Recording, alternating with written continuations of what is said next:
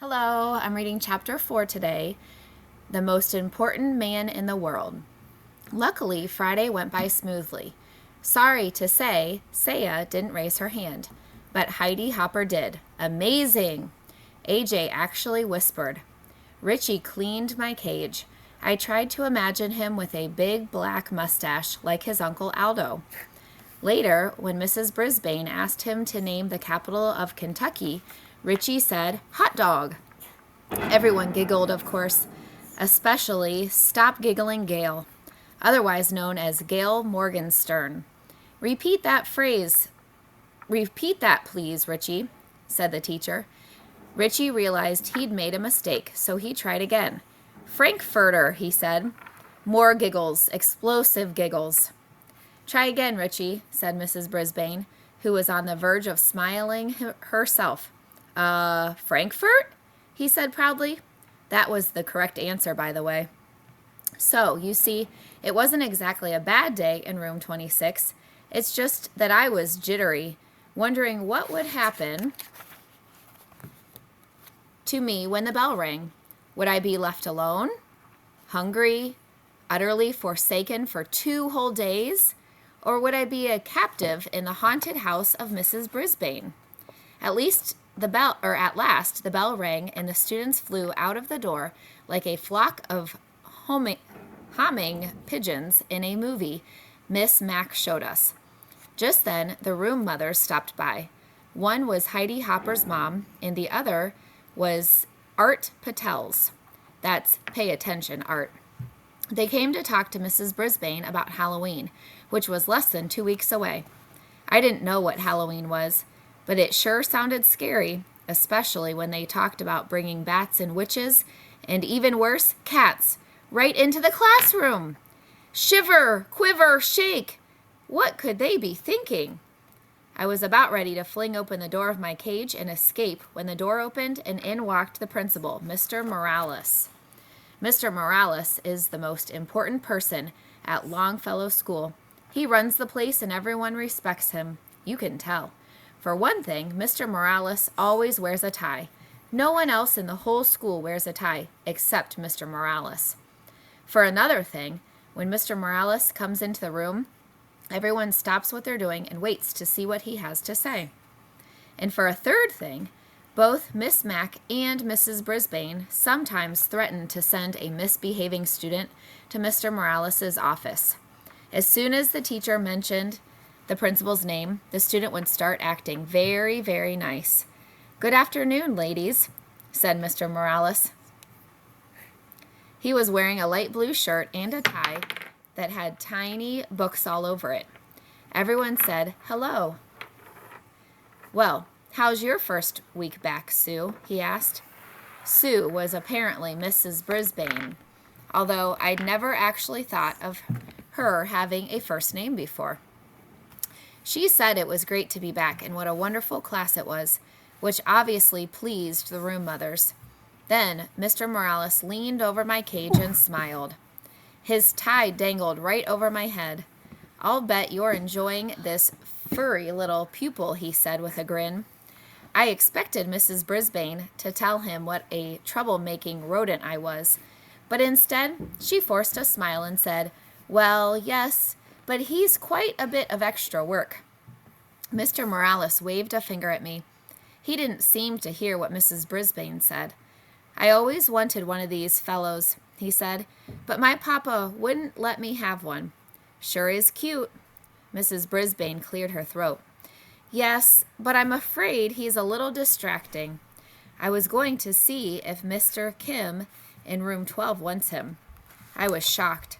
Luckily, so were the room mothers. "Oh, no! The children just love Humphrey," said Mrs. Patel. "Heidi talks about him all the time. And it's a wonderful way to teach the kids responsibility," Mrs. Hopper said. "Yes, but it's a little too much responsibility for me." Mrs. Brisbane sighed. "At least I have a couple days away from him this weekend." "You're not taking him home with you?" asked Mrs. Patel. Mrs. Brisbane backed away from the cage. "Oh, no, it's out of the question." "But Miss Mack always took him home," said Mrs. Hopper. "He'll be fine. He has plenty of food, Mrs. Brisbane answered very, very firmly. The room mothers were silent a second. Mr. Morales was still wiggling his finger at me. Then Mrs. Hopper spoke up. Why don't the kids take turns bringing Humphrey home for the weekend? They can sign up. We'll talk to their parents and give them instructions. It will be a great experience. Some people might not want him, said Mrs. Brisbane. Squeak for yourself, Mrs. Brisbane. That's fine, said Mrs. Hopper. There'll be plenty who will. I think it's great, Mrs. Patel added. Agreed. I'd take him today, but we're going up to the lake for the weekend. Oh, I'd take him too, said Mrs. Hopper, but we're painting the house, and the place is a mess. Next week for sure. Yes, I could do it next week, Mrs. Patel agreed. Mrs. Brisbane smiled a fake smile. So who's going to take him this weekend? The room mothers looked at one another. I could make a few quick calls. Maybe the Rinaldis, Mrs. Patel suggested. Call, call, call, I squeaked. Suddenly, Mr. Morales stood right up. I have a better idea, he announced. I'll take Humphrey home for the weekend. My kids will love him. Then, starting next week, you can have the students take turns. The three women were almost as surprised as I was. Don't worry, he'll be in good hands, Mr. Morales assured them. Well, I guess I would be.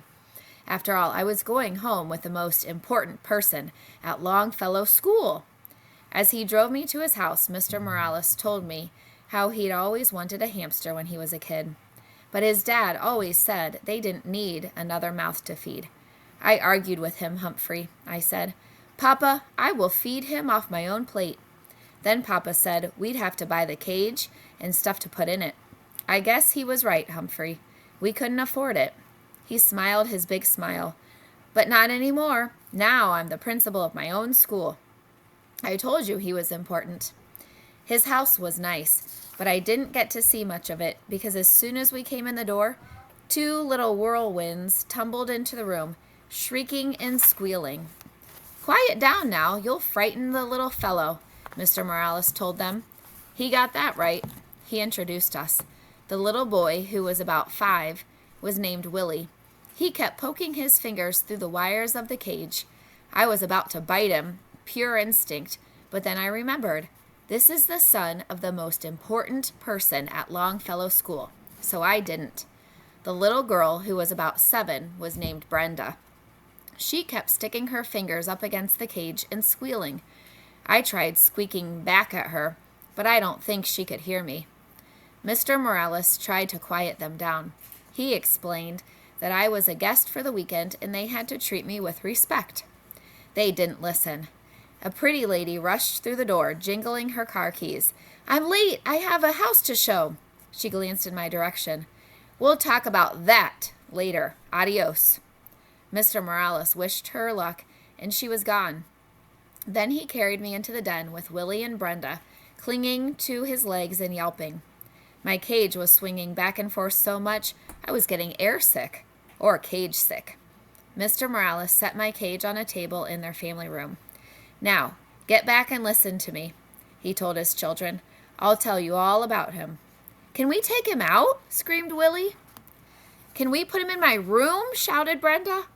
Can he sleep with me tonight? We can't do anything until you settle down, Mr. Morales said. Bravo, Mr. Morales, I thought. But still, the children didn't listen. The most important person at Longfellow School was not treated with respect in his own house. Willie lurched forward and swung open the cage door. Ooh, there's poo in there, he screamed.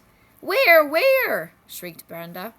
Willie pointed to my potty corner, which I thought was unsqueakably rude of him. I want to hold him, said Brenda, grabbing at me. She squeezed my hand so hard I let out a squeal. Stop, said Mr. Morales. Put him back right now. She opened her hand and dropped me onto the floor of my cage. Luckily, I landed in a pile of soft bedding. Luckily, I didn't land in my poo. I was a little dizzy, but I heard Mr. Morales send Willie and Brenda to their rooms. I will not allow you to mistreat an animal. Upstairs, doors shut. No playing until I say you can, he said. Suddenly, Mr. Morales didn't look so important. He slumped down in the chair next to my cage and loosened his tie. Now you know my secret, Humphrey. At school, everybody listens to me. At home, nobody listens to me, he said. Mr. Morales looked tired. Above our heads came the sounds of thumping and bumping. It sounded as if the ceiling was about to fall in. They're bouncing on their beds, Humphrey. Not supposed to do that either, he said. He slowly rose and went to the stairway in the hall. Willie! Brenda! Stop that now! He yelled. Surprisingly, the thumping and bumping stopped. They listened! I squeaked when the principal sat down again. But the thumping and bumping began again in a minute. I wish I knew what to do, he said. Some way to teach them a lesson. I nodded. A lesson is just what those children needed. And I was just the hamster to teach them. Tip 4. Never ever squeeze, pinch, or crush a hamster. If it runs away, squeals, or mutters, leave the hamster alone. Guide to the Care and Feeding of Hamsters, Dr. Harvey H. Hammer.